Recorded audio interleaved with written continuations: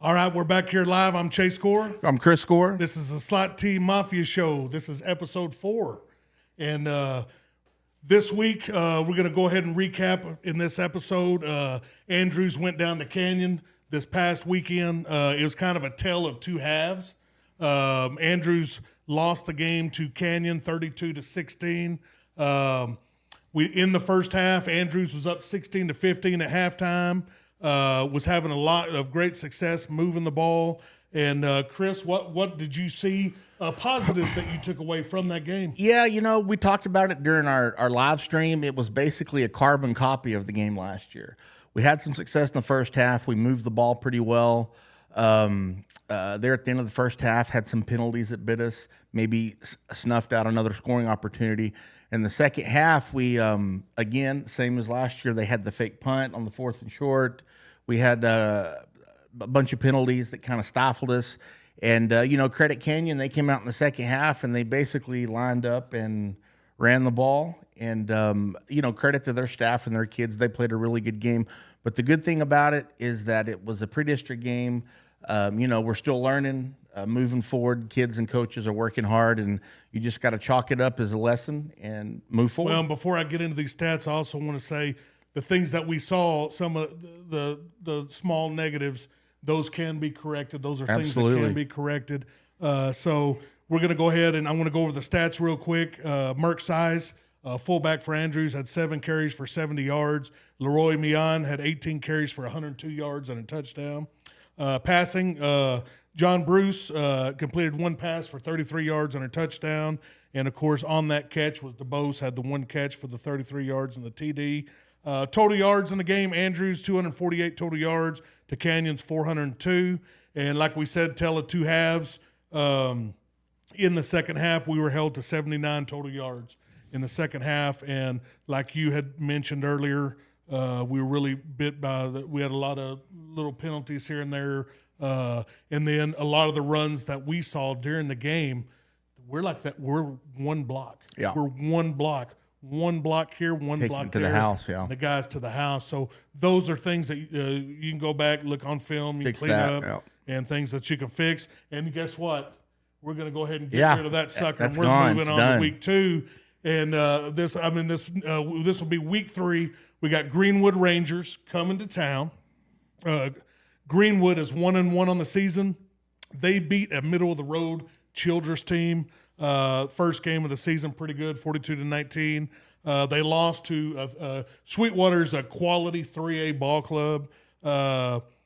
Greenwood up most of the game.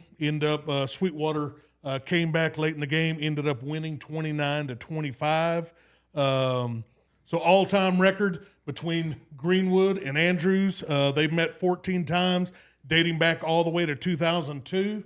And Greenwood's won 7 games. Andrews has won 7 evenly matched, games. yeah. So it's been an even match over the years. It's gone back and forth since then. I think there was a little maybe time between 2012 and on where we didn't play it, and then we picked it back up again. So looking forward to this week's matchup. Chris, what are you looking forward to seeing in this week's matchup? Well, like we talked about, continued progress from the offense as far as consistency. Against Canyon in the first half, we moved the ball well. We didn't have the penalties, which you can't have them at any level. A 4-quarter game, putting that together. Greenwood's going to come out and score some points. I think Coach hit on it earlier. They're about 50-50, pretty multiple. But they're very similar to us, and they had a real young team last year, have a lot of players back this year.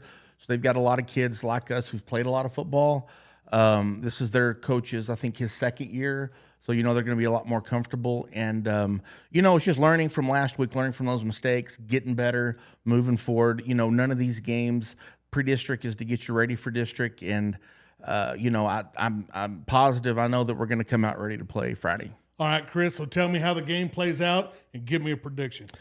I'm going to say it's going to be similar to last week. It's going to be pretty tight at half, back and forth, maybe 14-14, 21-21. If we can avoid the penalties and avoid turnovers, I'm going to say we hang on to win 35-28.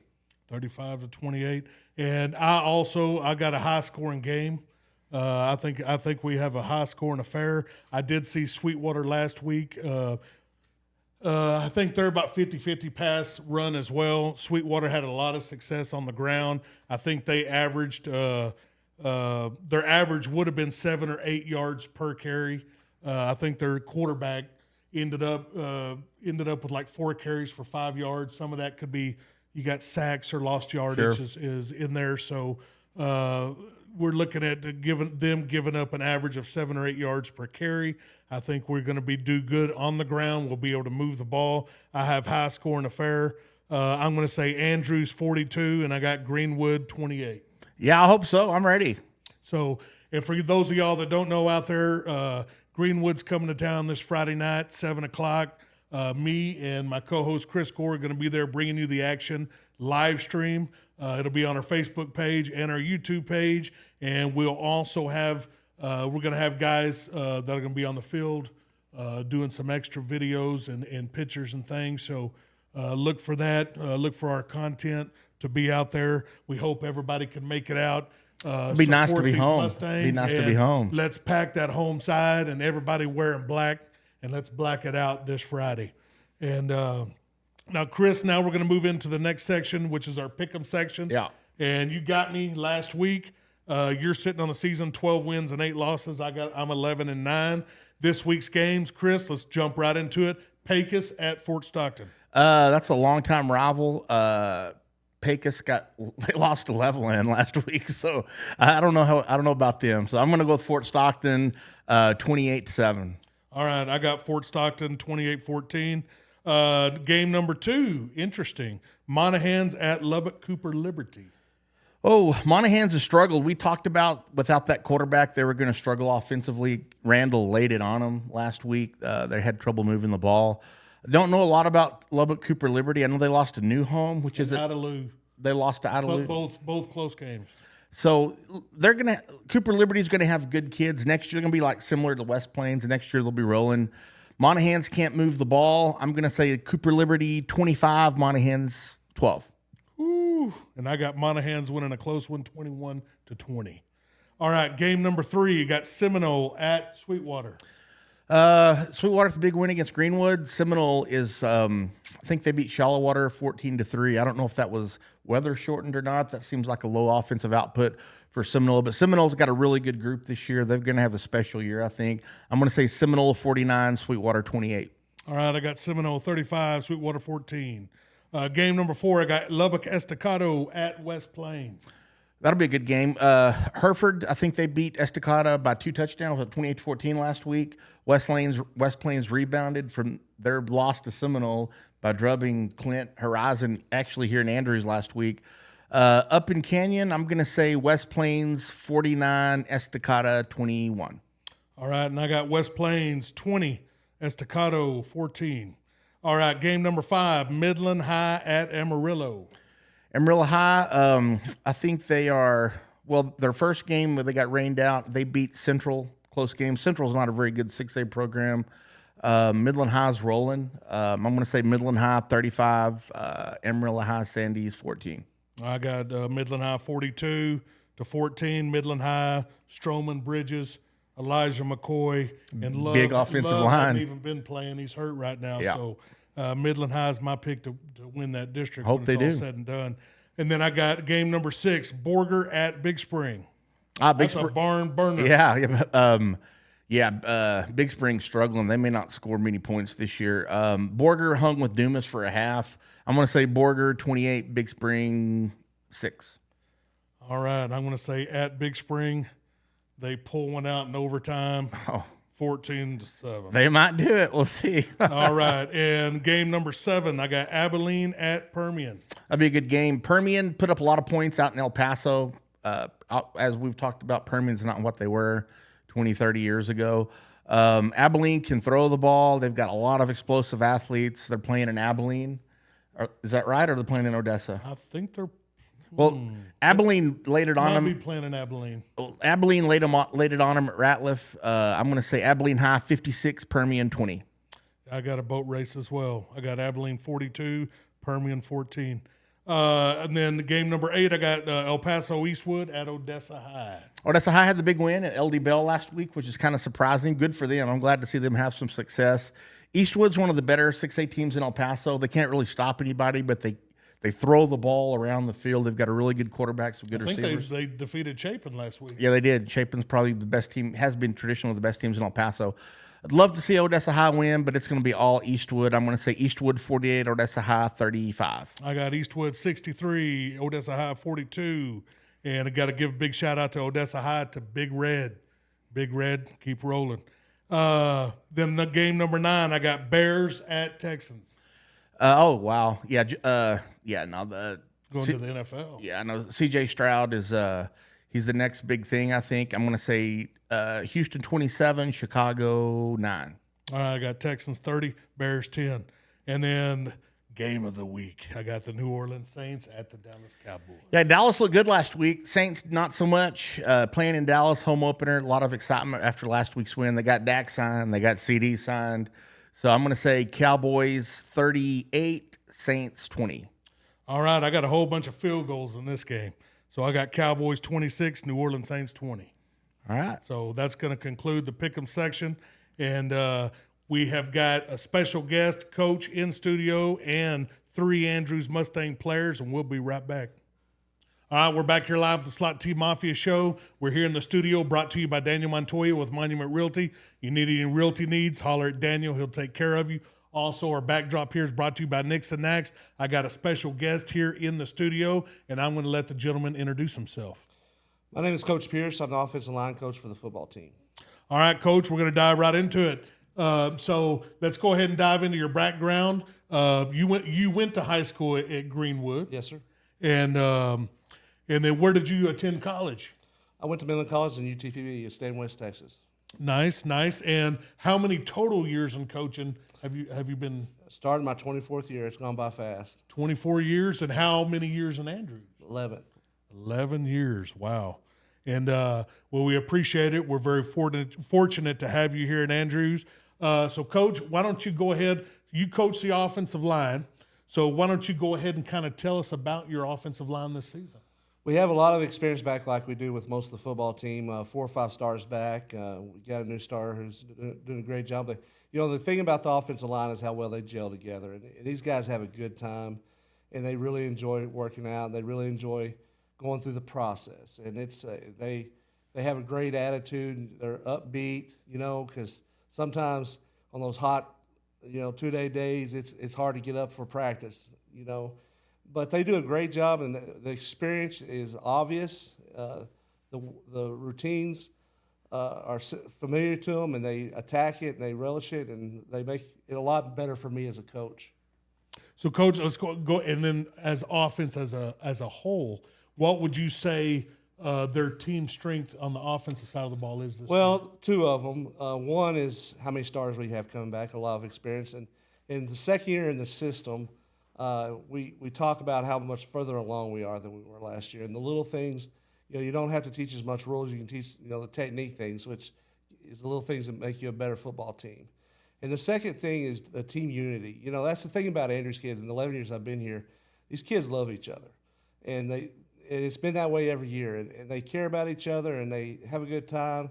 And the locker room's a fun place to be. They joke around, and they've got each other's back. And that's one of the hidden things. It's about team chemistry that you don't think about, but it's an important thing.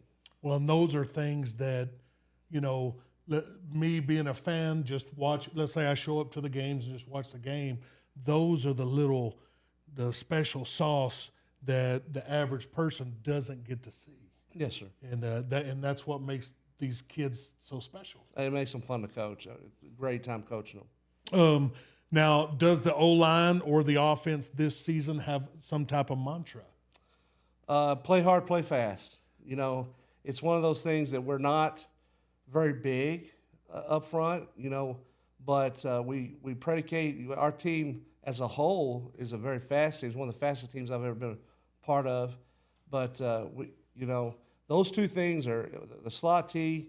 You got to play hard, you got to play fast, and be physical. And it's really rung true with this team. All right, Coach. So, is there anybody out there? It could be family, friends, anybody in the community. It could be anybody that you want to give special shout outs to? Two people. Number one is my wife. You know, you're going to hear that probably with every coach. It is the Hard it being is coach's hard wife. being a coach's wife. It has for years. They raise our kids by themselves most of the time. They have to hear this stuff in the stands sometimes that they don't want to hear, and they're just there for you at all times. And coaching is such an up and down sport to where you have your highs and you have your lows. And when you have your lows, my wife is one that I lean on. The other one is my head coach in high school, Bob Purser. He's the reason I'm coaching. He's meant a lot to me. He's like another dad to me, and he's a great man. His son's one of my best friends, and they're like family to me. And I just wanted to say thank you, Coach. Well, this Friday, your alma mater comes to town, and so it is special. But another thing for those of y'all out there that don't know is Coach Pierce, his son Max this year is the starting center for the Mustangs, which y'all will meet him here in a little bit. And Coach, how special is that to get to coach them on the varsity level this year? Well, so few people get to do stuff like that and have those experiences. And Max and all three of my sons have grown up around it. They know the process. It's tough on a coach's son as well. You know, being a coach's son, it's tough when you're playing. It's tough when you have to deal with me because I'm pretty tough on him, and I'm tougher on him than I am most. But I promise you, I relish it. It's going by fast. I did not know it was going to go by this fast, but it's been a lot of fun, and I wouldn't change it for nothing. Well, I'm excited for you. I'm excited for him as well, and this is going to be a fun year. Already having fun. This Friday, you guys go out. I know you're going to do a good job. You guys go out and play hard. Coach, we're pulling for you. Good luck this Friday. Get after them. All right, we're back here live, the Slot T Mafia Show, brought to you by Daniel Montoya with Monument Realty. You have any realty needs, get with Daniel Montoya. He'll help you out. Backdrop here is by Nix and Nax. We're going to get right into this. Special guest, Andrews Mustang, live in the studio, and I'm going to let the gentleman introduce himself. My name is Max Pierce. I play center for the O-line. I also am in powerlifting. I am a 220, and that's about it. And so what number are you? Oh, I'm number 52. Number 52. So y'all watching on the live stream out there, be looking for 52. He's always the first guy out of the huddle running up to the ball. Yes, sir. So one thing I love about this offense. And Max, for those of y'all out there that don't know, Max come and worked out with my son for the last couple of years, and good kid, put in the work. So, and I'm excited, and he's getting to play for his dad. There's nothing cooler than that out there.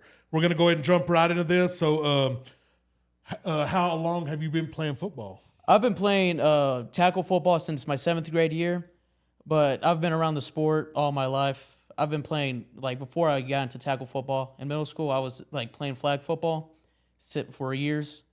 And so I knew the general aspects of the sport. And then I got into physical football my 7th grade year, and it was it's a whole new thing. Had to get used to having to just be physical and just hit other people. But it's been fun. It's been fun. So I probably already know the answer to this question, but was there someone that got you interested, or in playing football? Well, yeah, it's my dad. He's just being a coach. It's always there. So it's never something I've not heard of, especially in the fall. Nice, very nice. So I want to ask you, this is my favorite question. So it could be a new player, old player, it doesn't matter. Who's your favorite football player of all time? Mine would have to be Larry Allen. He was, in my opinion, he's the greatest lineman, both interior and exterior, of all time. He was a guy who he weighed well over 330, but he was so quick, like insane. Like, one of the most famous football clips of all time is the quarterback threw a pick, and the cornerback was running across the sideline, and who do you see coming after him like a truck? Is Larry Allen. He comes up and behind him and just takes him down. So Tate, make sure you clip that down and let's make a reel out of that.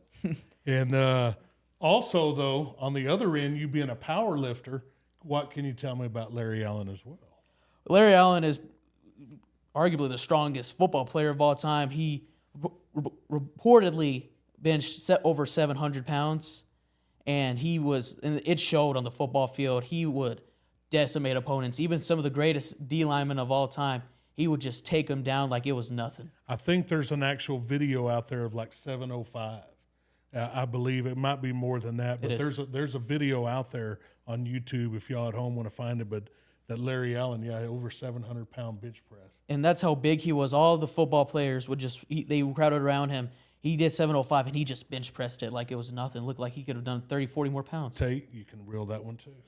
And let's go ahead and get it. I want to get into Mustang football. Why don't you tell me?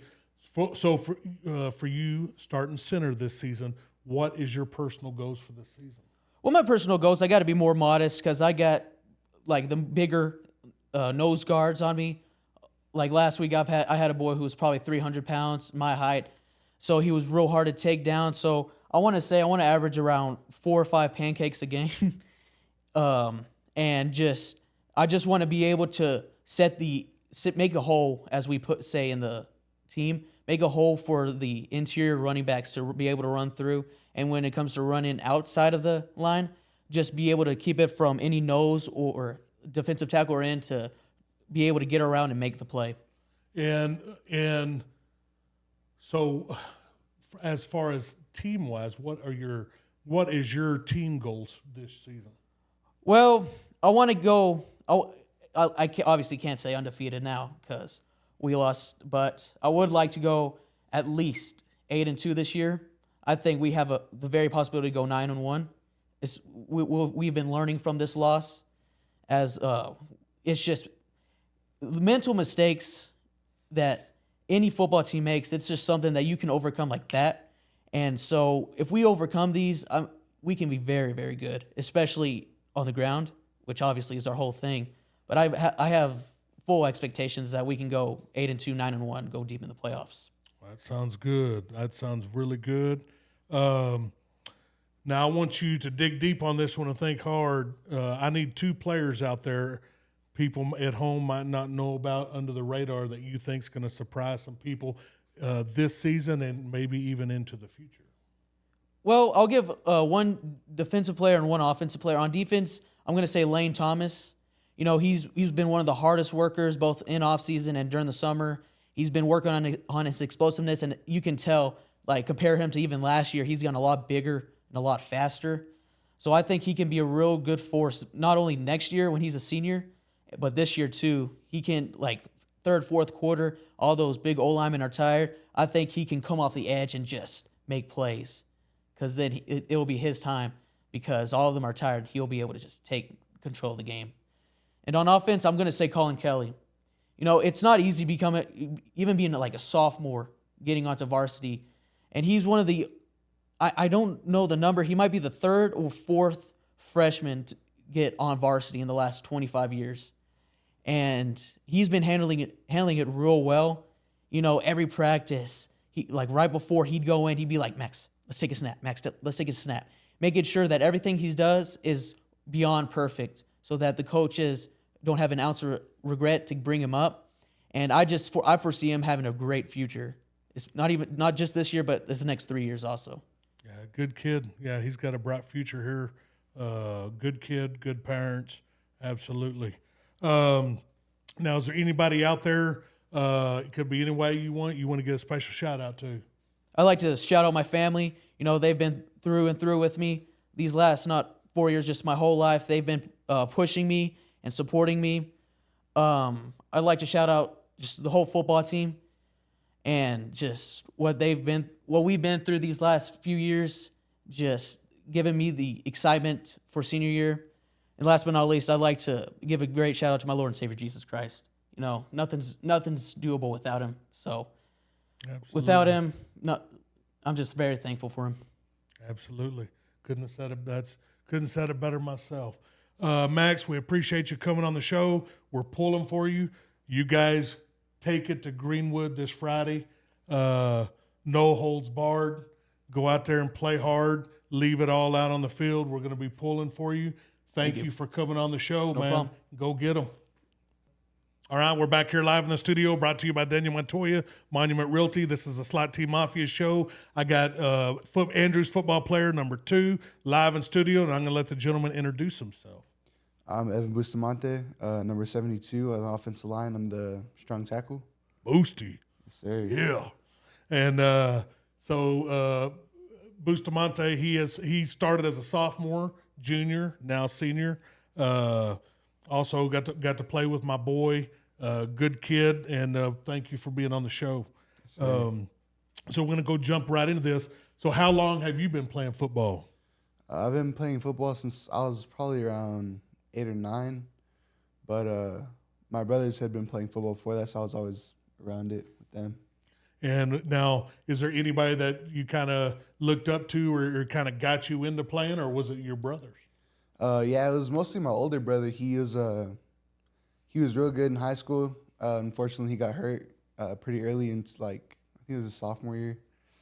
But yeah, I always looked up to him. He was always out there trying to show me, even when I was a little kid. I didn't really know what to do.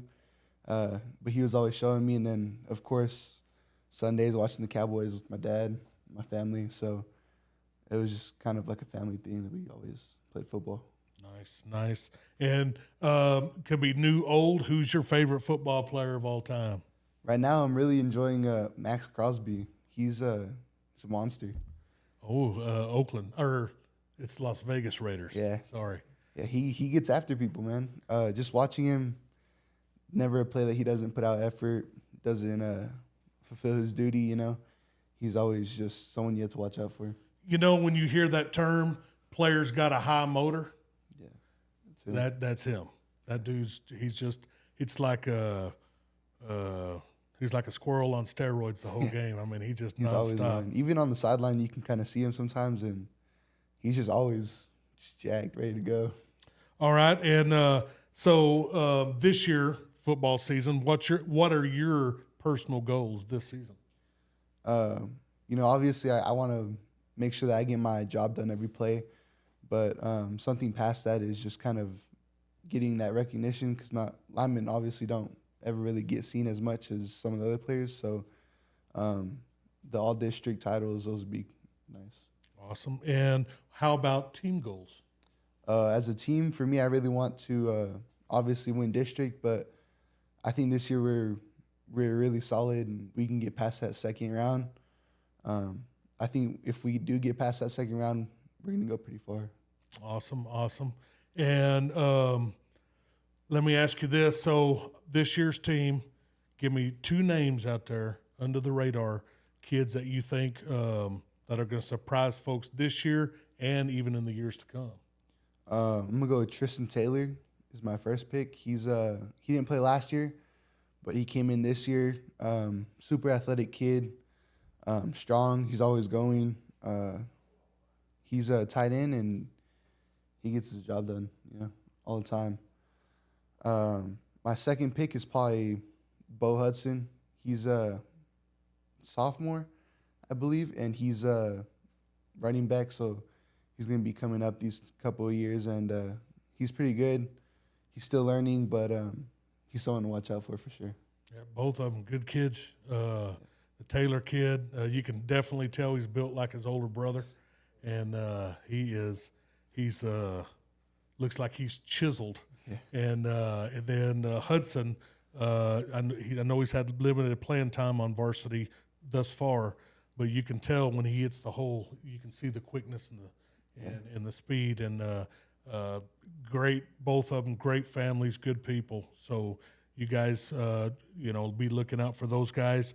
And now, is there anybody else out there you want to give a special shout out to? Obviously, my family for always supporting me. I always appreciate them going to all my games, always being there. I always look up and they're always like, you go, or, just something, and that's always special to me. And the Lord, always being there, always protecting us. As a team, we always get together for the game, say a prayer, ask for protection for not only us but the other team. That's always special to me too.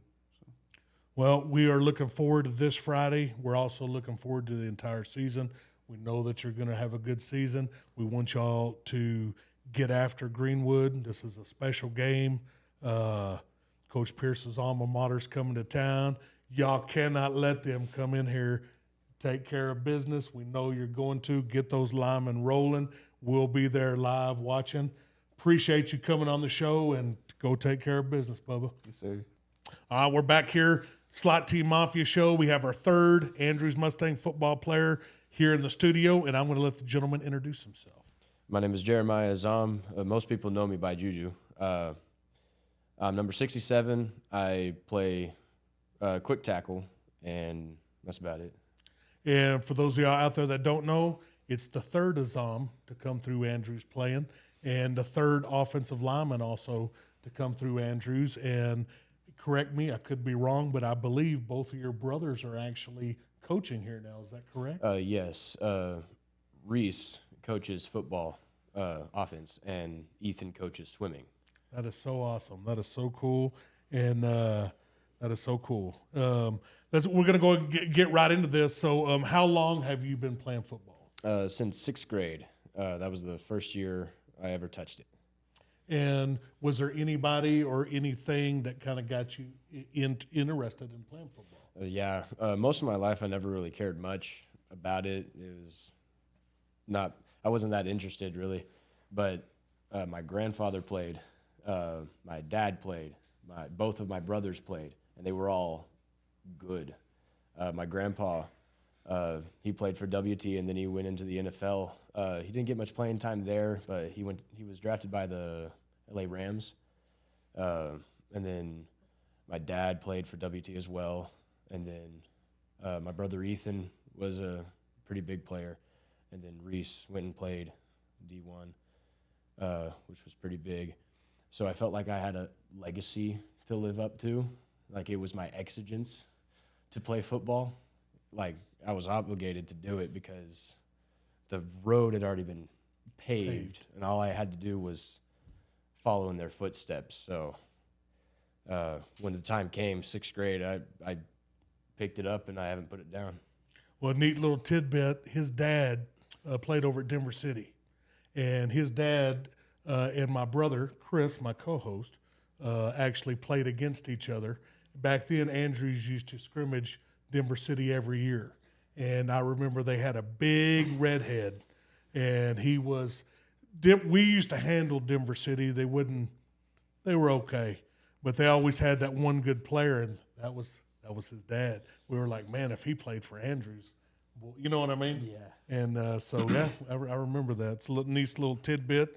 So who is your favorite football player, or do you have one out there? I'm torn between two, Mike Singletary, the Fridge, and Brandon Burlsworth. Both of them were freaks, but Nice. I'm going to have to go with Brandon Burlsworth. Very nice. He did everything right the way it was supposed to be. He didn't have a big head. He played with humility. What he had was moxie, though. He didn't have to talk trash on the field because he could show you what for on the field. He didn't have to talk at all. Those are always the best ones, the ones that let their play do the talking. Yes, sir. And we used to have guys we played with, and they'd start chirping, and I'm like, can you wait until the game is completely done? Because things always seem to come back to get you. And sometimes it's just not the right thing to do. Sometimes you just got to, kill them with kindness and drive them 10 yards, put them in the dirt, and then go, here you go, buddy, and help them right back up with a smile. Our coaches don't like it when I do that. Oh, all right. Let's go ahead. We're going to go ahead and go into so for this season, what is your personal goals this year? Probably to fly around a little bit more. A lot of our plays, I wind up in the backfield going after whoever is out there picking up trash, really. I want to get there faster, and I want to actually hit them a little harder. For a while, I've been kind of yellow when it comes to hitting people. I don't know. I feel like I've gotten better since last year, but that's my goal: hit people and get to them quicker on the second level. Oh, you can definitely tell this year from last year You are moving quicker and more aggressive, and that's part of the progression, especially from sophomore to junior and then to senior. It's the speed, and it just comes like it just progresses, and like by the time you get to next year, you're gonna be like, and then you look back, you're gonna be like, wow. And it's just part of the progression. I know exactly what you're talking about. So what are your team goals for this season? Team goals: win as many games as we can, every game if possible. But specifically, there's one thing I'd like for us all to do. Even in games where in the second half there's 2 minutes left, the enemy is up by 6, 14 points maybe, and we have absolutely positively no chance of winning, I'd like for us to still be able to make a final stand no matter the situation. Just for us to bow our backs a little bit, kind of stand up to the adversity, and I don't know, don't let them kick us any further in the dirt.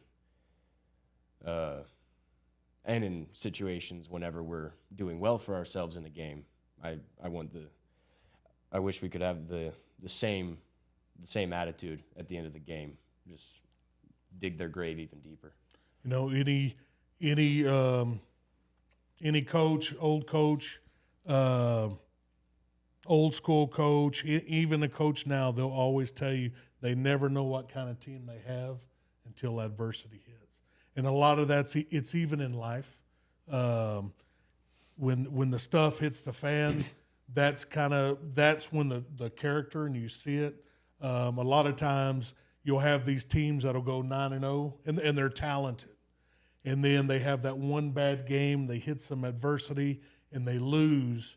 Let's say, then they're 9-1 and a game they should have won. Usually that's when you find out that next week when they come back. But you're absolutely right. And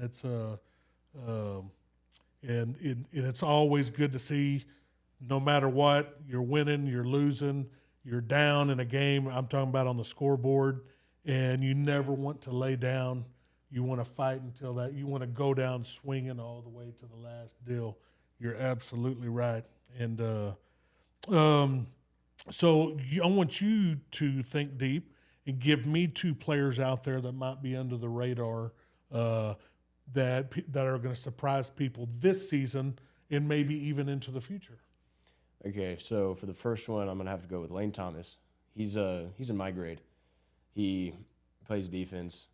Me and him both, I think, traveled the same road. We both played together in middle school, played together freshman year,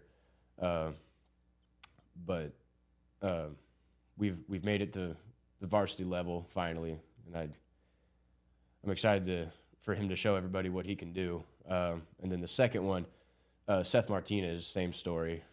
We played in middle school together. We played freshman year together. In fact, freshman year, our O-line, I was the center. I believe Seth was the right tackle, if I'm not mistaken. And he's a backup strong tackle this year. And whenever all my brothers, football brothers, graduate this year, and I'll be the only O-line left, I'm excited to get to play with Seth and all of them. And I'm hoping the ones that you started, yeah. the ones that I got to this point with, so we can play together. And I think he'll be able to show a lot of people what he's made of.